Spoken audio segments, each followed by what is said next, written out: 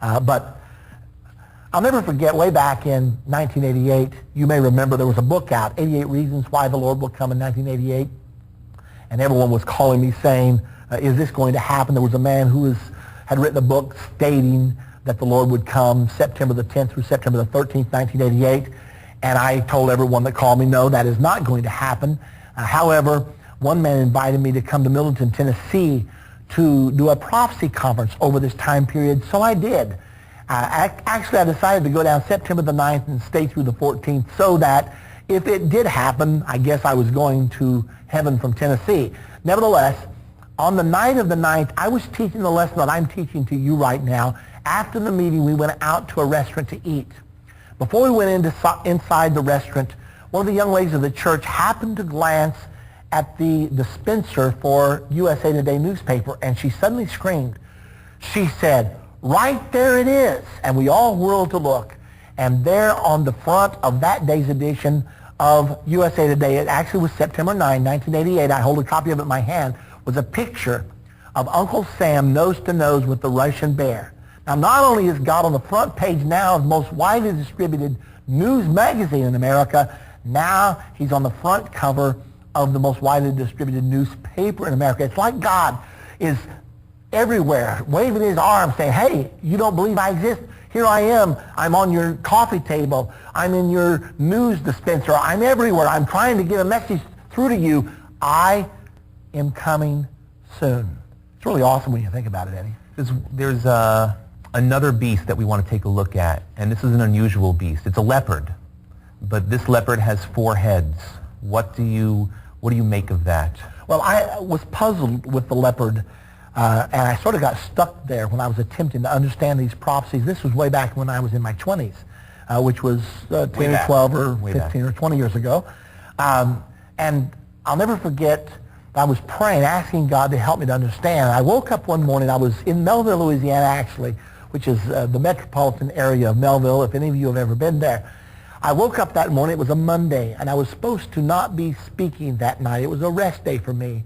But I woke up and I felt like God spoke to me and said, there's something I want to show you. Go buy a newspaper.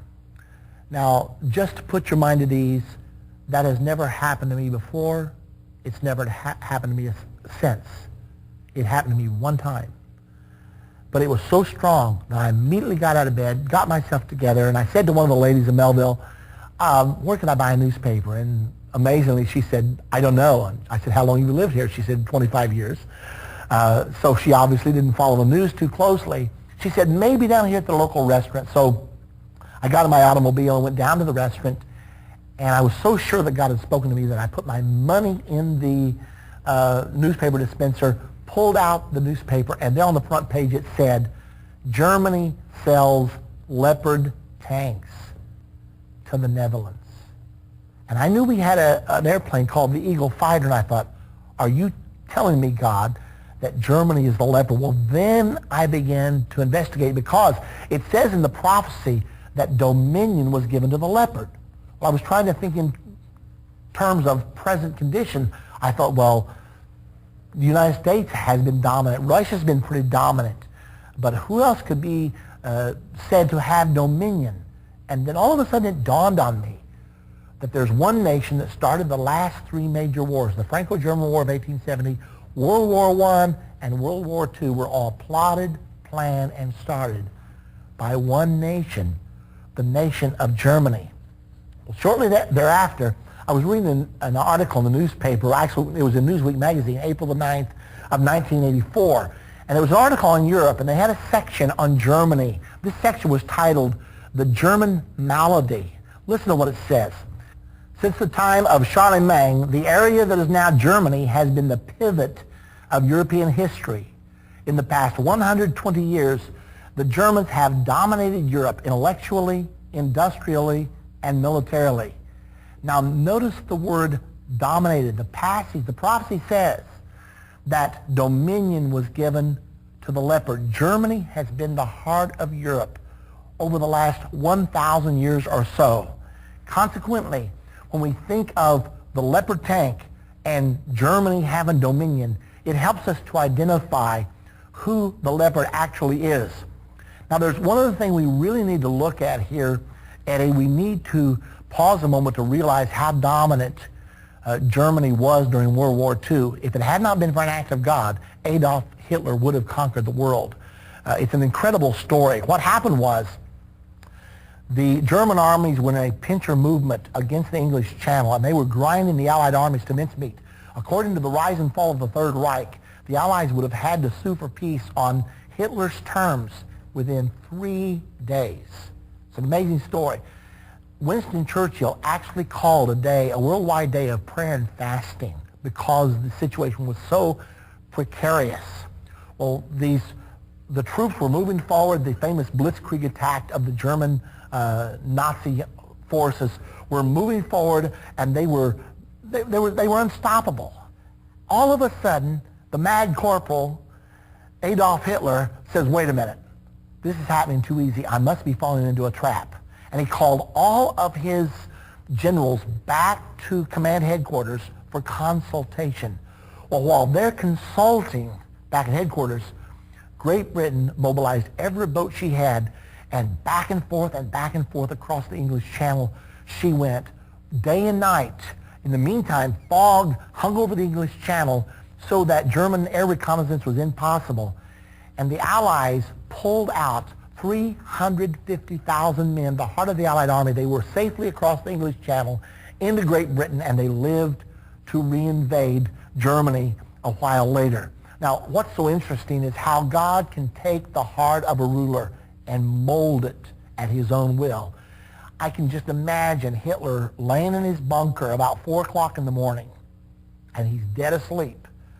And all of a sudden, an angel slips into the bunker and says, shakes his mattress and says, Adolf, you are falling into a trap. I can imagine him coming straight up out of bed, rubbing his little mustache, getting my generals, and Germany was defeated that easily. This just shows, sometimes we think that God's on his last plan or that he's biting his fingernails. Not true at all. I am telling you that in the midst of all the chaos our world is in right now, Almighty God is in absolute and perfect control, and we should never forget that. Now, the leopard, one of the characteristics that was a little unique about it, as far as Daniel 7's beasts are concerned, is it had 4 heads. Why would the leopard have had 4 heads? Well, it's interesting, especially since no other beast had more than 1 head. The lion 1 head, the bear 1 head, the 10-horned beast 1 head, but the leopard had 4 heads. Why? That's a big question. Well, we learn from our other studies in prophecy, and we won't take time to go there right now, but we learn that a beast in Bible prophecy always symbolizes a kingdom or a nation. Multiple heads on a beast symbolize the number of times that nation will rise and fall. There have been 3 rise and falls of Germany right now, and we're in the 4th one. There's the First Reich. The word Reich means kingdom. The Second Reich, Hitler's Third Reich, which is very famous. All of us are familiar with Hitler's Third Reich. And the Fourth Reich, which is right now rising. There's a book written, and I have the cover of it here for you to see. The cover of the book says, The Fourth and Richest Reich, How the Germans Conquered the Post-War World. This was written by an American by the name of Edwin Hartrich, and he is contending that Germany has done economically what she could not do using military force.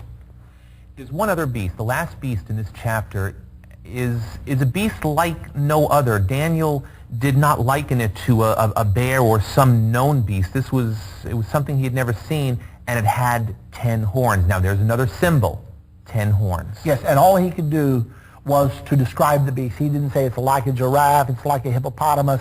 He just said it was a terrible, exceedingly strong beast that devoured everything in its path, but its dominant characteristic was that it had 10 horns. The question is, what do the horns symbolize? Daniel chapter number 7, verse number 24 tells us that, if you'll read that for us, please. And the 10 horns out of this kingdom are 10 kings that shall arise. Okay, now that's what we need to know. The beast symbolized kingdoms. Many horns on a beast symbolize kings that form a confederation to form a common kingdom.